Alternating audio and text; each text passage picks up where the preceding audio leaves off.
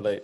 Good evening. Hope you're all doing well. Maseches Megillah Daf Vav. Very, very top word, top line. We are going to learn almost exactly. What did you call it, David, a couple years ago? Meir Shapira blot. It's very close. It's 3 or 4 words off, starting at the first word and ending at the very last line of Vav and Beis. Let's get started. We were in the middle of having highlighted the fact that there were 8 Kohanim who descended from Rachav Hazona, who at some point she was a Giores, and then she married Yoshua, and they had children. So says the Gemara, Bishlama Inhu Mifreshe. We know that there were a handful of these names, 4 of them, that were listed in Tanakh. Rashi highlights who they are, Yirmiyah and V'chanamel, that's 2. On the next line, he says, Baruch V'sharia. Now, these were sons, these were the sons. The fathers, however, the whole pasuk of the 8 that was mentioned before, 4 of them were sons, 4 of them were fathers. As says the Gemara, these are the 4 sons. Ella, and how do we know that the fathers were Nevi'im also? That's the Gemara's question. So the Gemara responds, Kide'ula. And the Gemara teaches us a couple of principles as to how the text in Navi should work in order to teach us who's a Navi in regards to the older generation. If a son and his father's name is mentioned as it relates to Nevuah, Biyadua, it is then known Shu Navi ben Navi, that both generations are Nevi'im. And if Shemo v'lo Shem Aviv, if it just says a person's name, let's say it says Chanamel's name, but not his father, then Shemo v'lo Shem Aviv Biyadua Shehu Navi v'lo ben Navi, then the father is not a Navi, only he's a Navi. Shemo v'Shem Iro Mufurash, if a person's name is listed and the city where he lives is mentioned, Biyadua Shehu Me'oso Ha'ir, then it can be understood that he was in fact born, that lives in that city. Shemo v'lo Shem Iro, but if his name was listed in a vacuum of no location, Biyadua that's a default. Is that if there's no city that's mentioned, then we can fairly assume that person is lives in Yerushalayim. And similarly, first of the middle width lines, b'masnisa tana, we have a brisa. Kol shemaisa v'maisa avosav sesumin. Whenever you have a father and a son whose actions contradict one another, uparat l'cha kasu becha mehen l'shvach. And the pasuk goes out of its way to say something complimentary about one of them. Kigon, Dvar Hashem Asher Haya El Tzvanya Ben Kushi Ben Gedalia, Biyadu Hashem Tzadik Ben Tzadik, that you can assume therefore that both generations are tzaddikim. When you see these different behaviors, father and son, however, the pasuk goes out of his way to say something negative. This is the person who killed Gedalia ben Achikam. That was not a good thing. Ben Rasha. So that's story number 1 for today. Story number 2 is that the Gemara senses that there's some type of overlap in names with Mordechai. Amar Rav Nachman, this is Shita number 1, which will get rejected. Malachi ze Mordechai. We know that Chagai, Zachariah, and Malachi were the remnants of the Yanchek Knesses Hagdola. They were responsible in part for formulating the Siddur as we have it, and some other tefillas as well. And maybe Malachi is Mordechai. Says the Gemara, V'lama nikra shmo Malachi. If his name is Mordechai, why did they call him Malachi? So he's kind of like a king, Shahei Mishana Lamelech. He was second in charge as it relates to the king. But the Gemara can't accept the fact that Mordechai is Malachi, because in the following source, Mordechai and Malachi are each listed as individual characters. What's the Mari Makom? The Brisa reads, Baruch ben Neriah, V'sharia ben Maasiyah, Daniel, Mordechai, Balshan, V'chagai, V'Zachariah, V'Malachi, Kula Nisnabu B'Shnas Shtayim LeDaryavish. So in year 2 of Daryavish, a lot of people had Nebuah. And here the pasuk indicates clearly that both Malachi and Mordechai were listed separately. Tiyufta, that therefore rejects the assumption that Mordechai and Tiyufta were the same people. So then the Gemara continues with the second option, which seems to be embraced. And this is a very important historical fact, if this is in fact true. Says the Gemara, Tanya, the Brisa writes, quarter of the way down, Tes Vav Amud Aleph, Amar Rabbi Yeshua ben Korcha, Malachi ze Ezra. Malachi and Ezra are the same people, not Mordechai, but Malachi. Really, his name was Malachi. Amar Rav Nachman, Mistabra Kiman Amar Malachi ze Ezra. This is very rational because we have 2 sources that seem to align with one another, one in the name of Malachi and one in the name of Ezra, but it looks like they're doing the same actions. Malachi, what does it say by Malachi? Malachi was indicating the fact that there were Jews who were not being appropriate. They were marrying out of the faith, Rahman al-Islam. This is an epidemic of the highest proportions today. This is what I see every single day. I was just sharing this with someone. You can go to a Jewish room, say your standard Borei Pri Hagafen with 100 people there, no one will say amen. It's unbelievable. And those are the Jews. Okay, that's not the goyim in the room. Pasha that they would not know.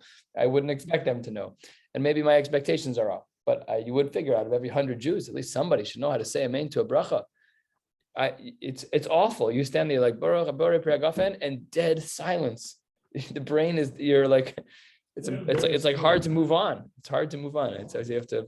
So what does the pasuk say? That Bagda Yehuda, the people of Yehuda, they rebelled. The Soava Naasa Sabi Yisrael of Yerushalayim, and they did something abominable. Ki Chalal Yehuda Kodesh Hashem Asher Ahav Ubaal Bas El Nechar. They were together with those who were not Jewish. Uman Afrish Nashim Nochrios. Who's the one who separated the men from the women? In this case, it was Ezra. Dichsi Bayan Shchane ben Yechiel Mibnei Elam Bayomer LeEzra Anachnu Ma'alnu Belokeinu V'Noshav Nashim Nochrios. So it seems to be that Malachi was the one who highlighted the problem. Ezra was the one who was the solution. So therefore, the Gemara's assumption is that they were one and the same. And the Gemara concludes on that note that Malachi and Ezra were the same exact person, third of the way down. Tanu Rabbanon, the rabbis have taught us some of this we've seen before, but not all of it. Arba Nashim Yefefios Hayiva Olam. There were 4 very, very beautiful women in the world. Sarah Abigail, Rachav Esther. Tosfos on the spot does not like this at all. Kasha, top of the top Tosfos on the page. Kasha. Amai lo chashiv Chava. What about Chava? The lo amrinan. Don't we say Beparak Chazkas Sabatim that Sarah bifnei Chava, Sarah's beauty compared to Chava's is kikof bifnei Adam. Wow. First of all, not complimentary to one. Second of all, very complimentary to the other. So why didn't Chava make the cut? So it says Tosfos v'yesh lamar delo chashiv ela osan hanoldos meisha. So she wasn't born. She was created, but she wasn't born. She was made from a rib. She's not a naturally born person. So third of the way down, the Gemara quotes these 4 women: Sarah, Abigail, Rachav, Esther. Ulman Domer Esther Yirak Rokes Haisa. We learned this shita before that Esther was not actually so beautiful. She had a greenish color of skin. Mapik Esther Ma'ayel Vashti. So then we would remove Esther from the list, and in their place we would put Vashti. So those are the 4 most beautiful women minus Chava. Maybe 5. Esther, depending on which shita you hold on. Tanu Rabbanan, the rabbis say, Rochav b'shma zinsa. Just hearing Rochav's name could push someone towards nus. Yael b'kola, she had a stunning voice. We know, of course, kol v'isha erva from the Gemara that there's an isser d'Rabbanan to listen to a woman sing. Okay, the shiur v'tishbachos, there's shilas and poskim. What about these scenarios? If you're in a show and you're going to hear the women, okay, we can hear the women in our show when in the middle of a song you can hear a hum.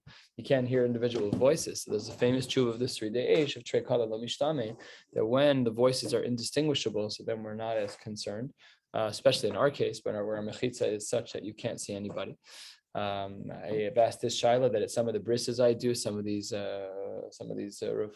reform synagogues or even conservative synagogues have women who are singing. So I asked the shaila, it's better I should sing with them under my breath. I asked this shaila to Rabbi Chaim Twersky, and he said it's better you should sing with them because trei kala lo mishtame. I wouldn't belt it out and make a chil Hashem and start like a duet, but you should at least sing if they're singing. So that's not what they sing. They say "Hine ma tovu manayim" is usually the go-to. So I'll just give a little bass harmony, a little low bass harmony.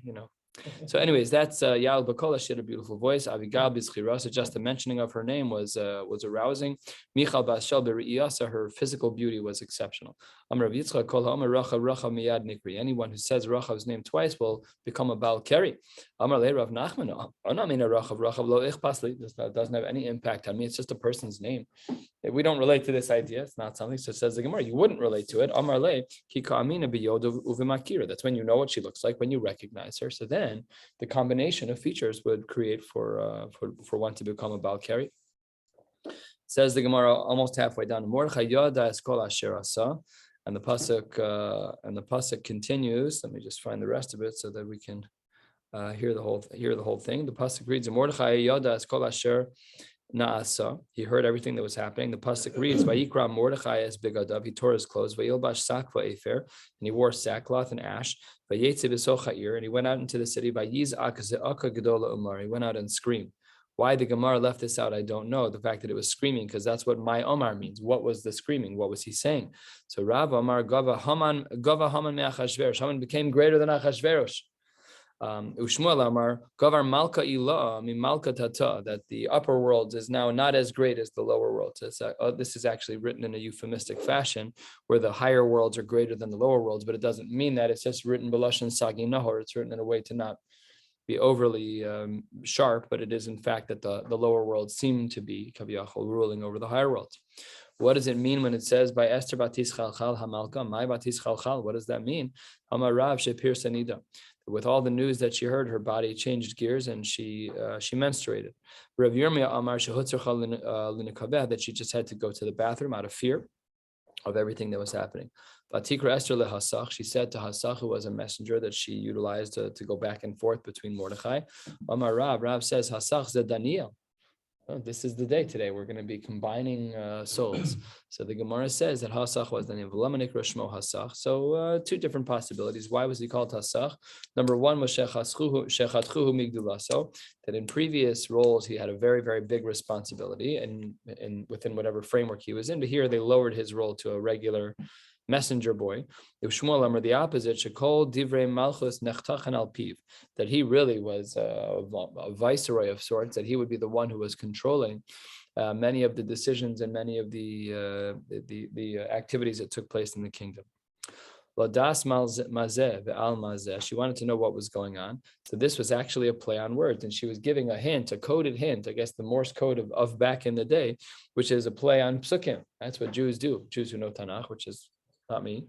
But what did she say? Ladas malzeh ve'al mazeh. Amar Rabbi Yitzchak shal chalo shema avri Yisrael al chamisha chumshei Torah dechsi behen mizeh umizehem ksuvim. So she said to Mordechai, maybe the Yidden are not being good with learning.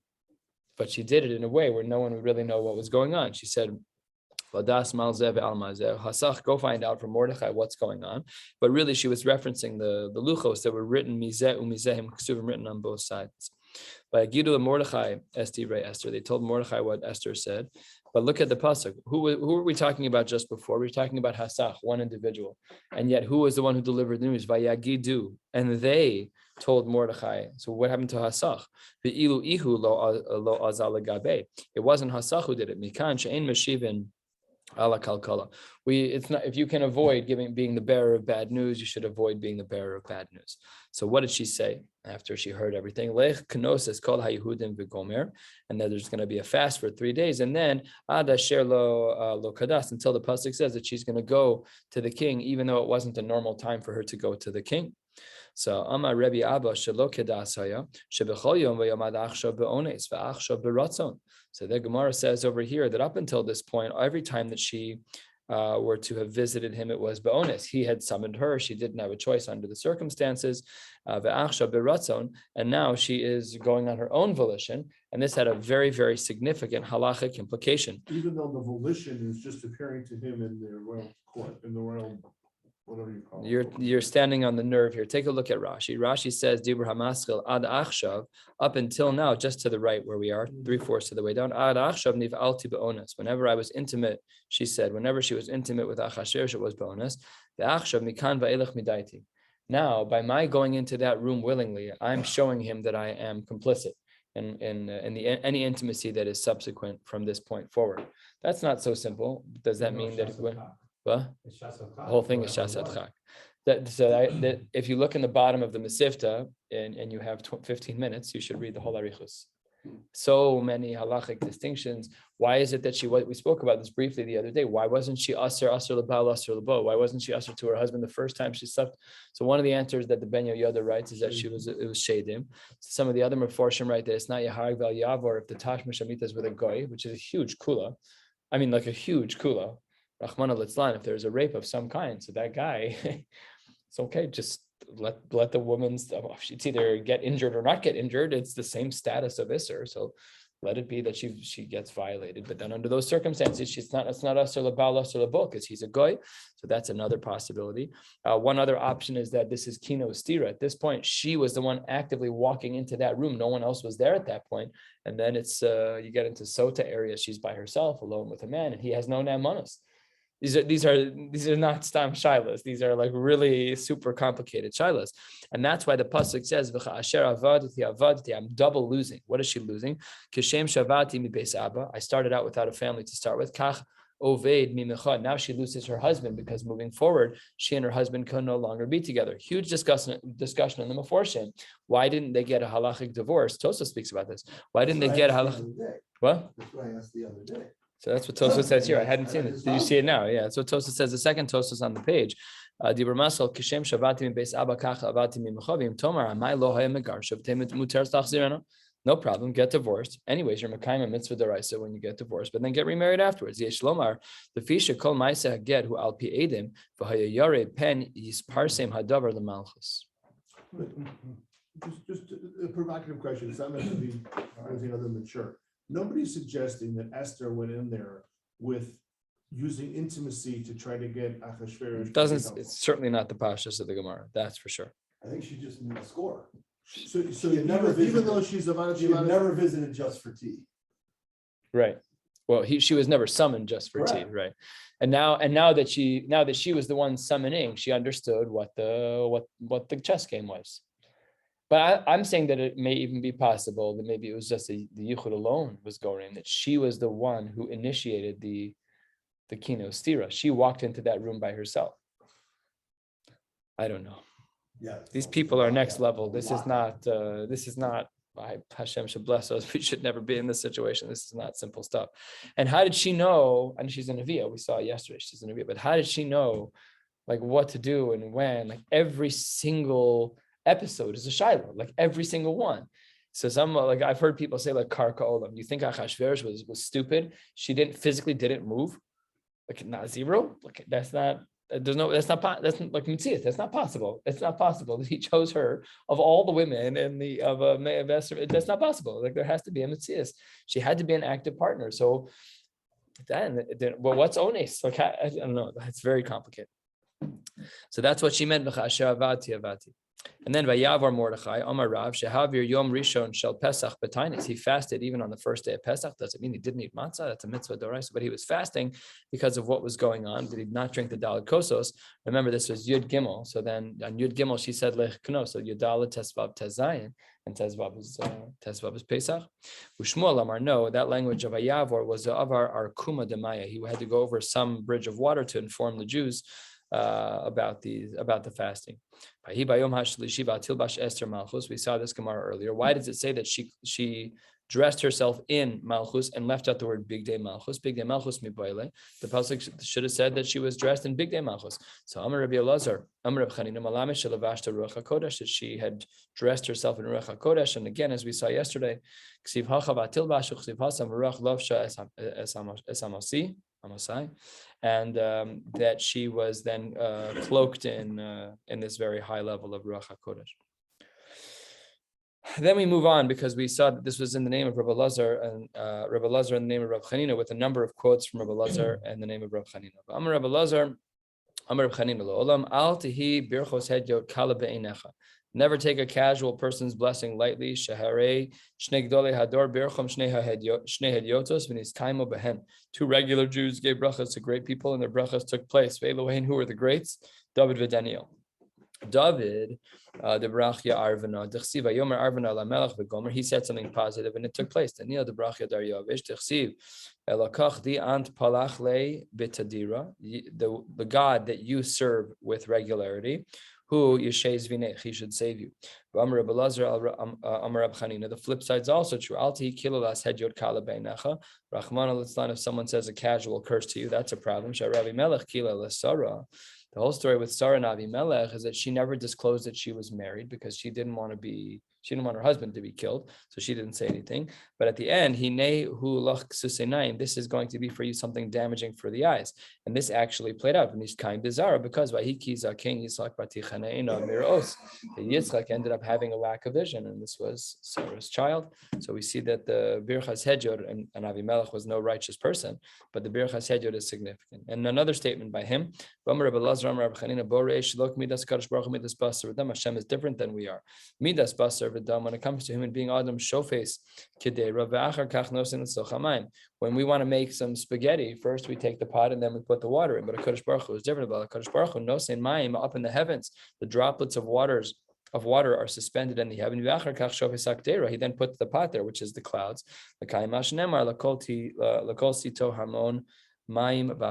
And another statement by him, last short line,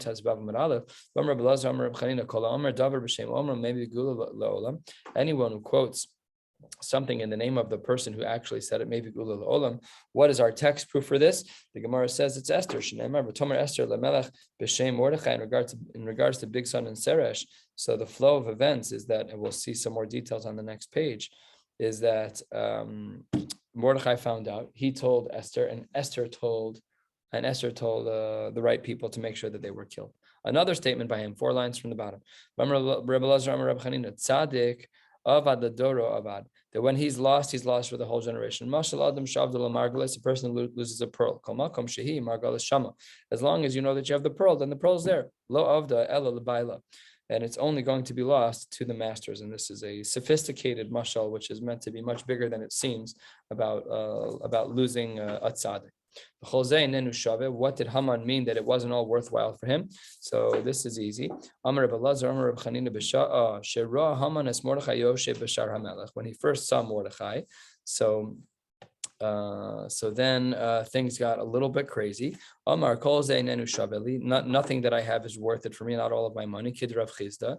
What does Rav Chizda say? Rav Chizda in regards to Mordechai, he came from a very wealthy background. Take a look at Rashi, critical Rashi, and very informative, 7 lines or so from the bottom. Dibur Hamaschil.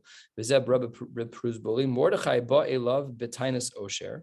And Mordechai came from a place of wealth. The Haman ba b'tainas oni. Shemachar Haman es atzmo leMordechai kodem lachem yamim rabim b'chikari lechem. That Haman and Mordechai knew each other; they overlapped, and now Haman is now this rich second in command, right, to the right hand man of Achashverosh. And this guy who he sold himself as a slave to for some bread because he was starving is now sitting there. He couldn't handle it. So that's what it means when Rabbi Chizda says that he was coming from a place of wealth. But then Haman, Rabbi Puzbuti, he came from a place of destitution. That's what Rashi says on the top of Tes Vav. Amud Beis, Rashi says Lashon Anius. It's a language of being poor. The famous Ta'avitenu. That's the pasuk in Dvarim. And that's what the last word is buti from the word ha'avet. Amar Papa v'karulei avda demizdabin b'talmi. They used to refer to him as the slave that was sold with bread. It's not the most flattering of terms. The chol zeh einenu shaveli. The Gemara makes a diuk on the word zeh. That's what it says. That Haman said the word that this. The chol zeh einenu shaveli. So the Gemara says malamed shechol ganazav shel osa rasha chakukin alibo. It was all etched in his heart. He knew exactly how much money he had. Some of Forshim say he probably had a ledger of some kind with him that indicated what all of his assets were, and he would hold it up in his hand and say, "The chol zeh einenu shaveli." I'd rather have none of this, but get rid of that Jewish guy Mordechai. That was when he would say it, when he would see him. Next, same Amora, more comments. Hashem is going to be an Atara for all of the righteous. This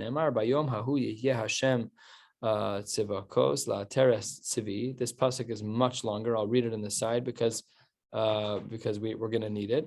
La teres tzivi uletzviras tifara lishar amo uleruach mishpat liyoshev al hamishpat v'ligvura meshivim milchama sha'ara v'gam, and we'll get to the rest of the pasuk later. So then the Gemara says, "My la teres tzvi," back in the Gemara 8-9 lines down. "My la teres tzvi uletzviras tifara," says the Gemara, "Laosin tzivyono," those who don't do the commandments of Hashem, ulemetzapen tifarto. Ulematzbin tifarto, those who await his glory to be revealed. Yachol lakol, maybe everyone will get this. No, only l'shar amo l'misha mesim atzmo kishirayim. Only a person who makes themselves like shirayim, like the leftovers. If you ever been to a chasidish shatish in Me'asharim, shirayim is you're not the ikar, you're the tafel. You're not in the center of the circle. You're in the side of the circle. Uleruach mishpat. What does that part of the pasuk mean? Zehadan es yitzro, one who judges their yetzer to know. Kind of dipsticking, they call it in education. Well, how is my yetzer? Just kind of assessing what's going on. So this is a person who's very honest in judgment. In regards to gvur, zemiskaber al yitzer, a person who's in charge of their yetzer hara. That's what we were just doing, trying to figure out how did Esther manage to navigate all of this. That's the Gemara says based on the pasuk. So every year there's a certain amount of war. And the more that we in this room have a milchama about how to understand the Gemara, it lessens the amount of milchama that will happen in the world. So that's milcham teshal Torah. That's how the people who are the B'nai Torah are able to minimize the amount of war in the world. I heard this from Rabbi Cohen in a sukkah probably 15 years ago. He was talking about this idea that the more learning that you do, Becharusa, in Pilpul, in fighting, in the Milcham Teshel Torah, the Shem Shemaim, not to be right, but to just have clarity. That's hard. It's hard to fight for the right reasons, but to really just have clarity. What does this one letter in Chumash mean? No, I don't agree with you. I'm seeing Rashi says X, Tosfos says Y, the Rosh says still yet another approach. That Milcham Teshel Torah minimizes the Milcham in the world. Shara, Elu Talmidei Chachamim shemashkimun u'ma'arivim b'vatei knesios u'b'vatei midrashos. These are for the Talmidei Chachamim who wake up early and who show up late at night, as we have right here, b'vatei knesios u'b'vatei midrashos. Last of the short lines. I'm going to Midas Hadin Lifnei HaKadosh Baruch Hu. The Midas Hadin, the entity of Midas Hadin. I don't know what that is, but the entity of Midas Hadin says to HaKadosh Baruch Hu as follows: Ribono Shel Olam, ma nishtanu elu me'elu. How do you distinguish between these guys and those guys? Amar La, HaKadosh Baruch Hu, Hashem says, Yisrael asku b'Torah, umos olam lo asku b'Torah. It's not even so true anymore. In South Korea, they learn Gemara as part of their curriculum. It's not. That's stark. That's stark. Yeah, they're learning Torah, maybe in Pekosha. That's a good. They're reading the words, but they're not learning Torah. They're in it for the logic, Shabo, for the sophistication, right? Like what we do on a nightly basis, like as sophisticated adults or supposedly sophisticated adults, they're trying to do as children. You know, I mean, it's good, but you can also, for their purposes, you can also, learn geometry and learn calculus and learn other things that are difficult. When I was in college, I took a course, a logic course, which I found to be so grating on my nerves when you compared the logic of this course to Gemara. It's just so unsophisticated compared to the network of learning one Tosfos, of like this interconnected web of 5 sugyas with Tosfos just perfectly stringing them all together in a way that this guy, like, it was an unimpressive display. So that's what the Gemara says is the distinction between the Jews and the non-Jews. Omar Le, if that's true, it says me that's then Game the Beyayin Shaga, they're going to get drunk on wine, they'll make mistakes with their beer, and Paku Palilia. Let's analyze this pasuk. In Paku El Gehenim, the word Paku is a reference to Gehenim Shene'emar, and this is the pasuk that was quoted from Abigail to David just yesterday. Remember that story where that her thigh ended up being revealed. The machlokas in the Rishonim was her thigh revealed because of, like, when she was dismounting from the chamor, her dress got caught, or the Gemara says, based on the context there just a blot ago, that she was poresis nida, so she was actually down by the river cleaning herself, and she picked up her dress a little bit to clean herself off because they didn't have ways to clean themselves. Fine, and then whatever the case may be, she quoted this pasuk. Once his Yetzer Hara had peaked, he said, "I'm interested," and she said, "No, thank you," and quoted this pasuk. Ve'ein pulidia ela dayanim. Says, these are things that these people are going to be judged in court. Shneimar v'nasan b'fili. Okay, so now she's walking. The story continues. She's walking Shelo Kedas. She wasn't invited, and now she's going to meet with Achashverosh halfway down. She's on her way, walking through the hallways. Rav Levi came and she gave Beis Hatzlamim, and once she got to the room in which there were a bunch of idols, she lost her capacity to have nevuah, which makes sense, I guess. I mean, if there's a formal proper avodah zarah, then it makes sense that, Kadosh Baruch Hu could say he and I can't be in the same room. Like that's Moshe says to Paro, say here. Right. That's too perfect. It's too perfect. Says the Gemara, Amra, she said, Keli, lama asaftani. Where'd you go? Why did you leave me? So Shema ata dan al shogeg kimezid val ones karatzon. Maybe you're misreading my scenario, that my shogeg you're treating like a mazid, or even more likely my ones, my forced hand, you're treating like ratzon, to the point that you're removing your shechina from me. It's a steer from before.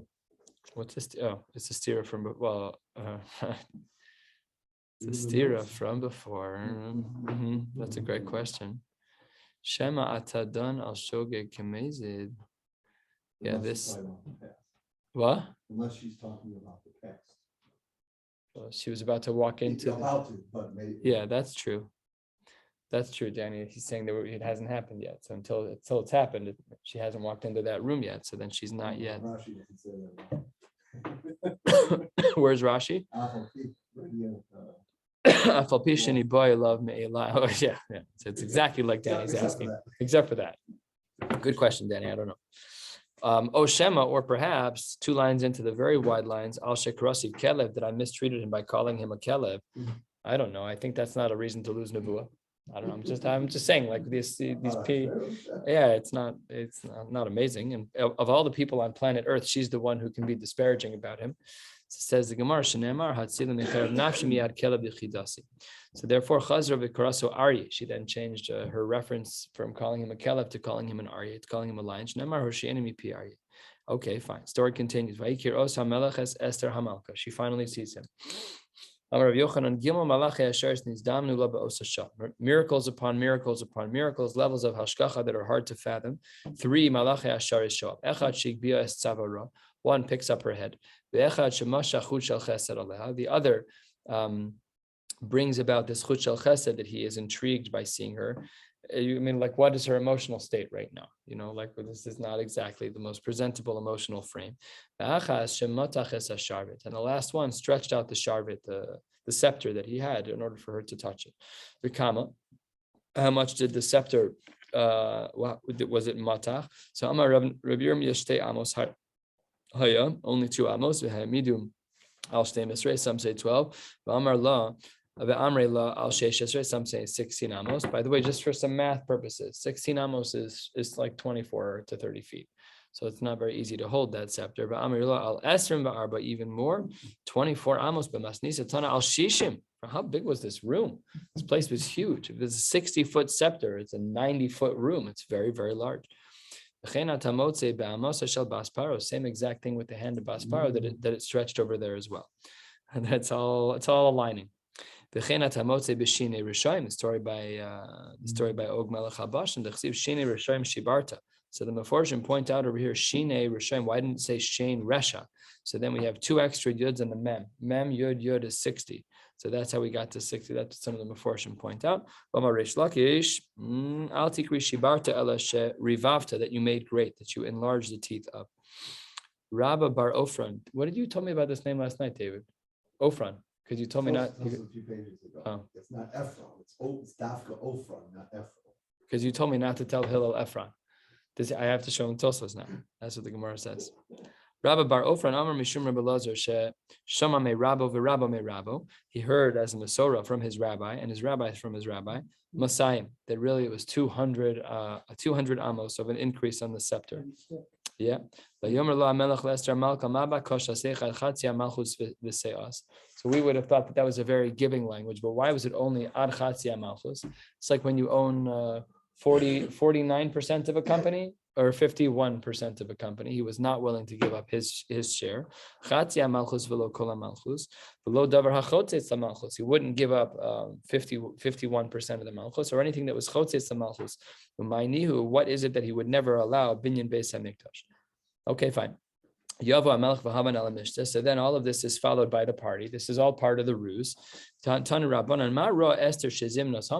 And we'll see at the bottom of the page today, before we conclude, the magic that took place with this one card invite of inviting Haman to the party. So there, we're now going to see 12 shitas as to, very quick, it's not long, 12 shitas as to why she invited Haman. Rabbi Lazar Omer, Pachem Tamnalo, she had planned a trap for him. The table before you was a trap.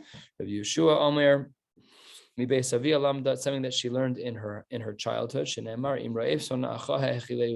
if your enemy is hungry, you should feed him bread. So that's why he was invited. We don't want him to not be there and feel bad that he's not there and then start asking Eitz about how to hurt the Jews. He was afraid, she was afraid that maybe by not inviting him, that he'd make a diuk that there's a reason she's hiding something. Maybe she's a Jew. So that the Jewish people wouldn't make an error to say, maybe we have the inside scoop, and because we have someone on the inside, we don't need to try so hard.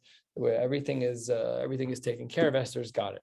And then they wouldn't daven as much. So she didn't want that to happen either. She wanted to always be around Haman so that she could find his flaws. And then remember the story, he fell on her bed. So then she wanted him to be there all the time, more likely for him to make a mistake. Rabbi Shimon ben Manasseh Amar, Ulai yargish hamakom v'yaseh lanu nes. Maybe HaKadosh Baruch Hu will do a miracle for me while Haman's in the room. And Rabbi Shua ben Korcha Amar, Asbir lo panim kedei sheyehareg hu v'hi. Maybe I'll interact with him in a way where someone will think that maybe he and I are a thing, and that one of us will get killed. And Rashi takes this to the next level. Rashi, inner margin, top of the inner margin, third line, sheyehareg hu v'hi, sheyachshadeni hamelech mimenu v'yaharog es shnenu. We'll both get killed. And then Rashi in the brackets clarifies what the value was of that.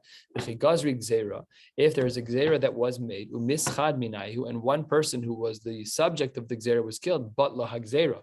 That's a brilliant plan, very, very much self-sacrificing. So she interacted with him in a way that left enough room for a hint to be made. Rabban Gamliel Omer. Yeah, I just felt uncomfortable saying those words about Esther, but those were the words that would cross my mind. Rabbi Gamliel Omer, I also don't think it was so explicit. I mean, she would have been killed on the spot.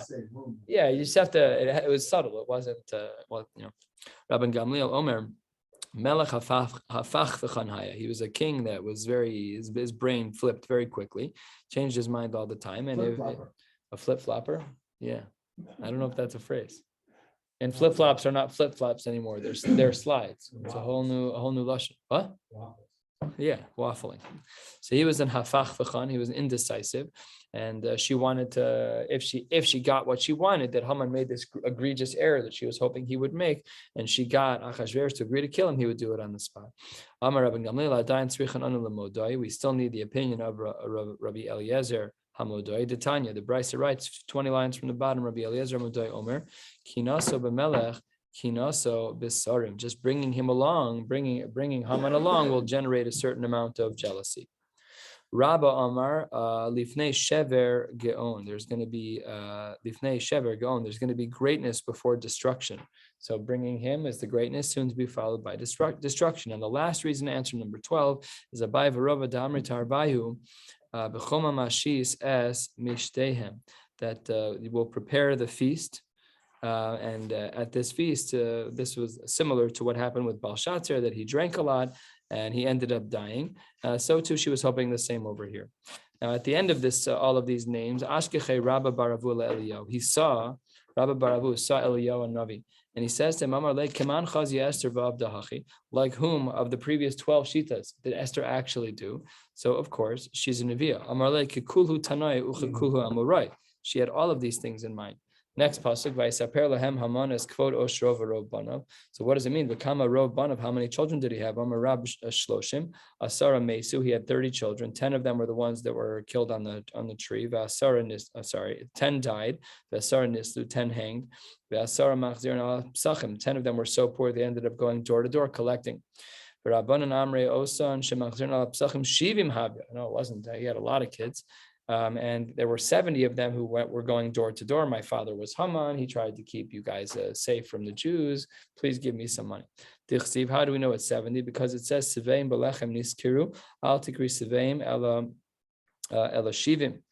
Okay, good. So he had a lot of kids. Rabba bar Abba Amar Kulan, Masaim ushmonim havu. It was actually more. It was Masaim ushmona, 208. Shne'emar v'rov banav. Rov is gematria 208, but the Gemara says that's not true because it's virov. The vav, it should be 214. Virov bigmatria masan v'arbeisar hava. You did the math wrong.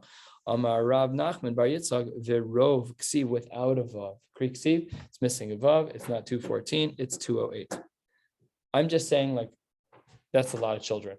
Like my tuition bill this year was in the $90,000 range. So what?